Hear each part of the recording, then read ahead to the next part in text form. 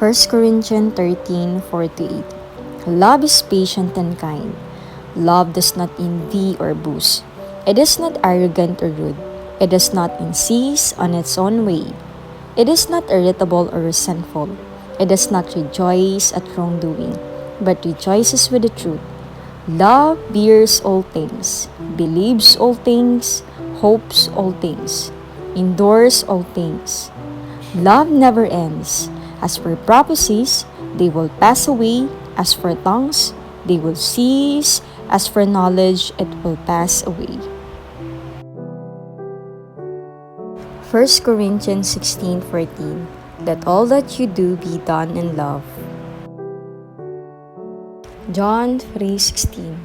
For God so loved the world that He gave His only Son, that whoever believes in Him should not perish, but have the eternal life. 1 John 4:8. Anyone who does not love does not know God, because God is love. 1 Peter 4:8. Above all, keep loving one another earnestly, since love covers a multitude of sins. Colossians 3:14. And above all this put on love, which binds everything together in perfect harmony. John 13:34-35. A new commandment I give to you, that you love one another. Just as I have loved you, you also are to love one another. By this, all people will know that you are my disciples, if you have love for one another. John 15:13.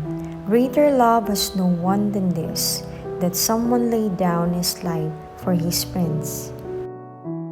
1 Corinthians 13:13. So now faith, hope, and love abide, these three, but the greatest of this is love. 1 John 4:19. We love because He first loved us. Mark 12:29-31. Jesus answered, the most important is, Hear, O Israel, the Lord our God, the Lord is one, and you shall love the Lord your God with all your heart and with all your soul and with all your mind and with all your strength. The second is this, you shall love your neighbor as yourself. There is no other commandment greater than this. Proverbs 10:12. Hatred stirs up strife, but love covers all offenses. 1 John 4:7. Beloved, let us love one another, for love is from God, and whoever loves has been born of God and knows God. 1 John 4:18. There is no fear in love, but perfect love casts out fear. For fear has to do with punishment, and whoever fears has not been perfected in love. Matthew 22:36-40. Teacher, which is the great commandment in the law? And he said to him, You shall love the Lord your God with all your heart and with all your soul and with all your mind. This is the great and first commandment. And a second is like it. You shall love your neighbor as yourself. On these two commandments depend all the law and the prophets. 1 Corinthians 13. If I speak in the tongues of men and of angels, but have not love, I am noisy gong or a clanging cymbal. And if I have prophetic powers and understand all mysteries and all knowledge, and if I have all faith so as to remove mountains, but have not love, I am nothing. If I give away all I have, and if I deliver up my body to be burned, but have not love, I gain nothing. Love is patient and kind. Love does not envy or boast. It is not arrogant or rude. It does not insist on its own way. It is not irritable or resentful. It does not rejoice at wrongdoing, but rejoices with the truth. Love bears all things, believes all things, hopes all things, endures all things. Love never ends. As for prophecies, they will pass away. As for tongues, they will cease. As for knowledge, it will pass away. For me know in part, and me prophecy in part. But when the perfect comes, the partial will pass away. When I was a child, I spoke like a child. I thought like a child. I reasoned like a child.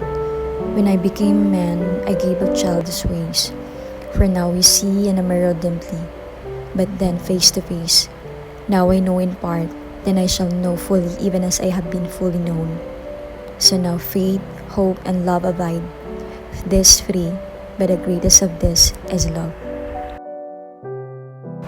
Romans 5 verse 8. But God showed His love for us, and that while we were still sinners, Christ died for us.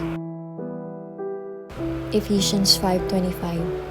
Husbands, love your wives, as Christ loved the church, and gave Himself up for her. John 14:15. If you love me, you will keep my commandments. Ephesians 4:2. With all humility and gentleness, with patience, bearing with one another in love. Proverbs 17 verse 17. A friend loves at all times, and a brother is born for adversity. 1 John 3:1. See what kind of love the Father has given to us, that we should be called children of God. And so we are. The reason why the world does not know us is that it did not know Him.